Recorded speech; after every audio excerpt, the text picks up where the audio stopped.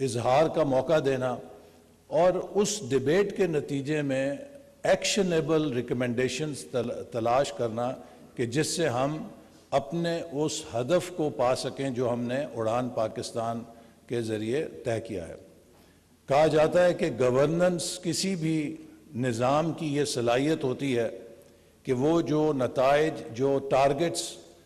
متعین کرتا ہے اس کو کس درجے میں حاصل کر سکتا ہے، اور گڈ گورننس یہ ہوتی ہے کہ وہ نظام ان نتائج کو حاصل کرنے میں کیا میرٹ بیسڈ ہے، کیا ٹرانسپیرنٹ بھی ہے، کیا اس میں اکاؤنٹیبلٹی بھی ہے، اور کیا اس میں سٹیزن فوکس بھی ہے کہ وہ اپنے شہریوں کی زندگی کو بہتر کرنے کا اور ان میں خوشحالی لانے کا ذریعہ بھی بنے۔ تو حکومت کے اڑان پاکستان ٹرانسفارمیشنل ایجنڈے میں گورننس کو ایک مرکزی اہمیت حاصل ہے، اور بالخصوص ہم پرائم منسٹر کے بہت شکریہ ادا کرتے ہیں کہ ان کی رہنمائی کے نتیجے میں پچھلے 2 سالوں میں حکومت نے پاکستان کو جو بینکرپسی کے برنک کے اوپر تھا وہاں سے آج اس سطح پہ گورننس اور ریفارمز کے ذریعے ہی پہنچایا ہے کہ آج دنیا میں پاکستان کے بارے میں ہر بین الاقوامی مالیاتی ادارہ، دنیا کی ہر قابل ذکر ریٹنگ ایجنسی پاکستان کی اکنامک ٹرانسفارمیشن کو ایک کیس سٹڈی کے طور پہ پیش کر رہی ہیں، اور یہ تو لہٰذا آج ہم ادھر اکٹھے ہوئے ہیں تاکہ ہم اپنے مستقبل کے حوالے سے فیصلہ کر سکیں کہ ہم نے کس طریقے سے آگے بڑھنا ہے۔ خواتین و حضرات، ہمارے سامنے 2 راستے ہیں۔ ایک بزنس ایز یوزول کا ہے۔ اگر ہم اسی طرح بڑھتے جائیں گے کہ جیسے 78 سالوں میں بڑھے ہیں تو سن 2035 تک پاکستان بمشکل $600 ارب کی معیشت بنے گا۔ ایک دوسرا راستہ بھی ہے اور وہ ٹرانسفارمیشنل پاتھ ہے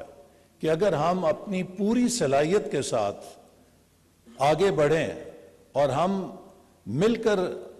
آپس میں کام کریں اور پازیٹیو سینرجی سے آگے چلیں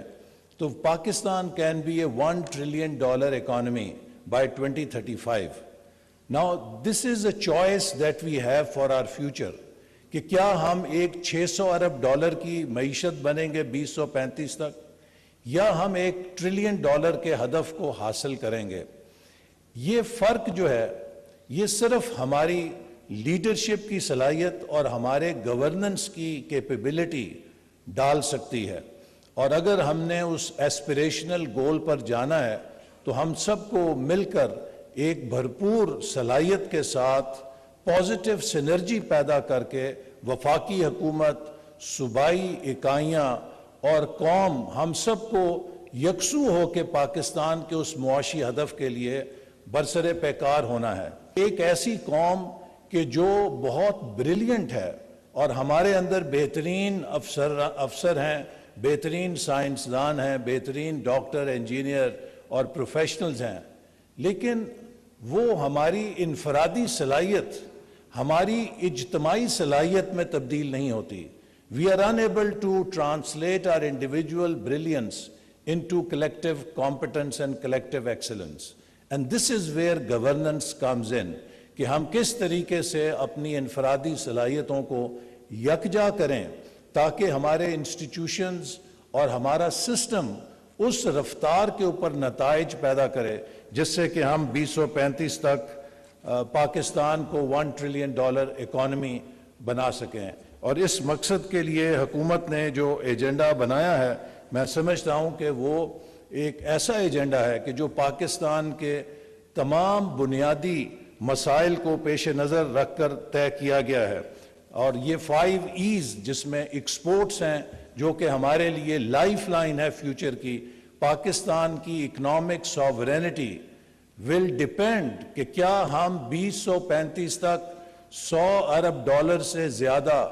برآمدات پیدا کر سکتے ہیں یا نہیں کر سکتے، اور ایسا کرنے کے لیے ہمیں اپنے اندر وہ صلاحیت پیدا کرنی ہے جس سے یہ نتائج حاصل کر سکیں۔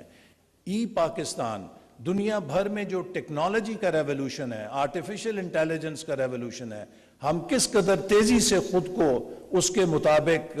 اپنے آپ کو ڈھالتے ہیں، اس سے کامیابی کا انحصار ہے۔ اسی طرح انوائرمنٹ اور کلائمیٹ چینج، جس سے کہ ہماری فوڈ سیکیورٹی، واٹر سیکیورٹی کو شدید خطرات ہیں، اور پھر ہمارا ہمسایہ ملک ہمیں واٹر کو ویپن کے طور پہ استعمال کر کے بھی نقصان پہنچانے کی سازشیں کر رہا ہے۔ تو لہٰذا ہمارا یہ بھی چیلنج ہے کہ ہم اپنے مستقبل کی آبی اور خوراک کی سیکیورٹی کو کلائمیٹ چینج کے خطرے کے پیش نظر کس طریقے سے بروئے کار لاتے ہیں۔ اسی طرح انرجی اور انفراسٹرکچر کے شعبوں میں ہم کس طرح توانائی کو افورڈیبل کرتے ہیں، ایفیشنسی لا کر اس میں لیکیجز ختم کر کے، اور فائنلی ایکوٹی اینڈ امپاورمنٹ۔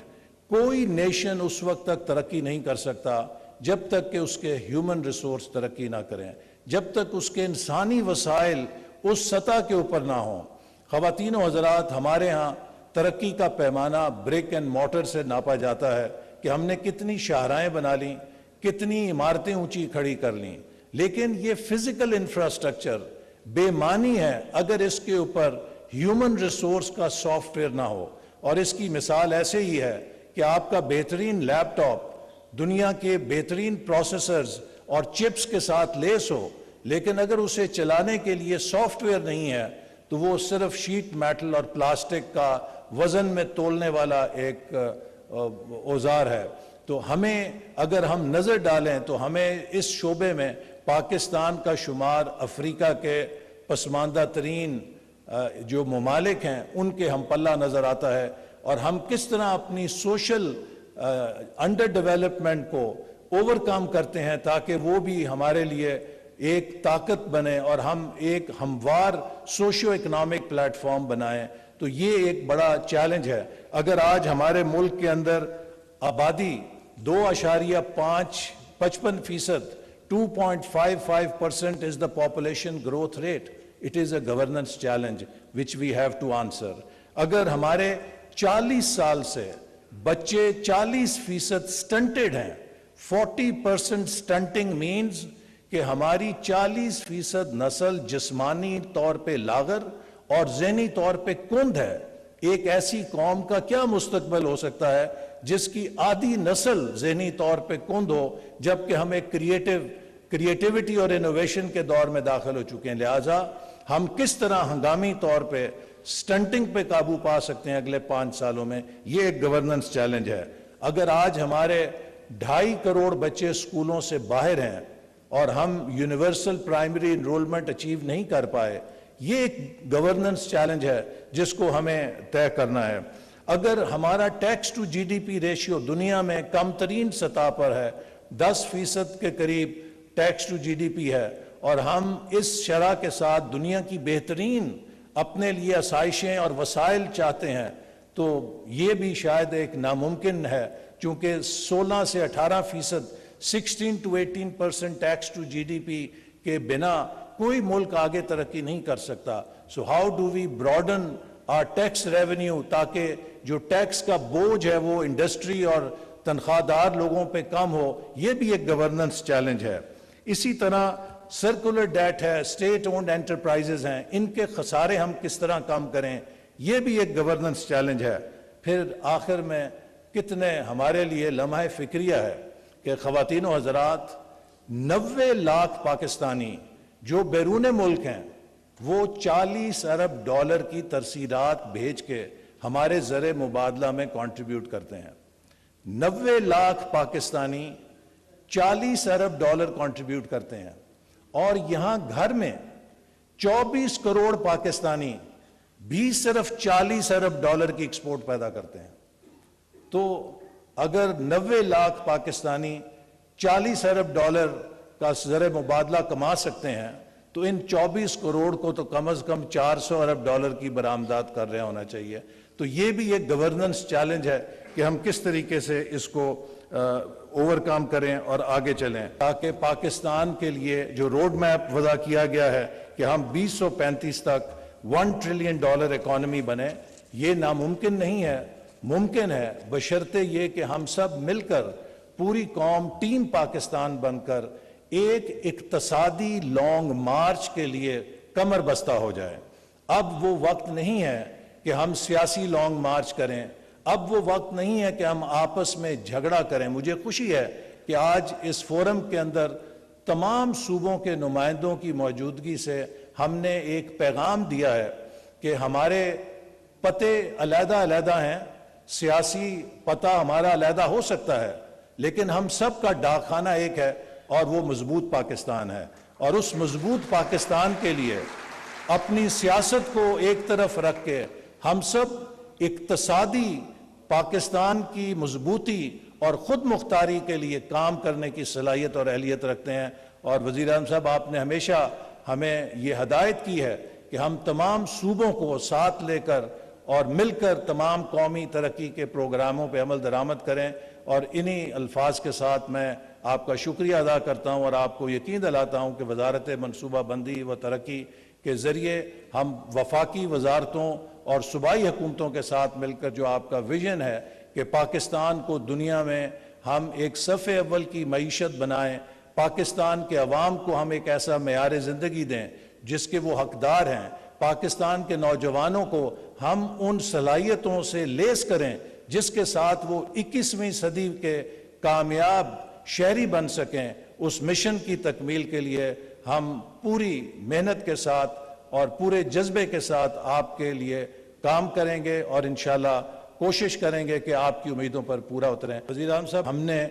جتنا بھی پاکستان کا ڈیولپمنٹ پورٹ فولیو ہے، جو پروجیکٹس ہیں ٹرانسپیرنسی کے لیے، ان سب کو ایک پورٹل کے ذریعے لوگوں تک اوپن کر دیا ہے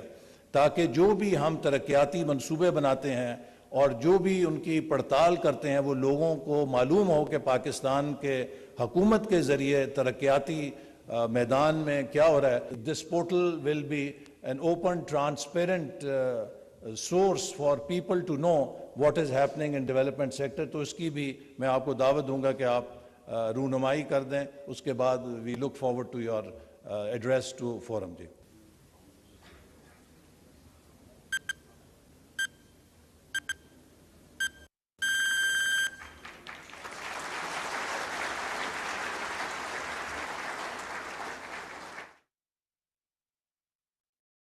محترم جناب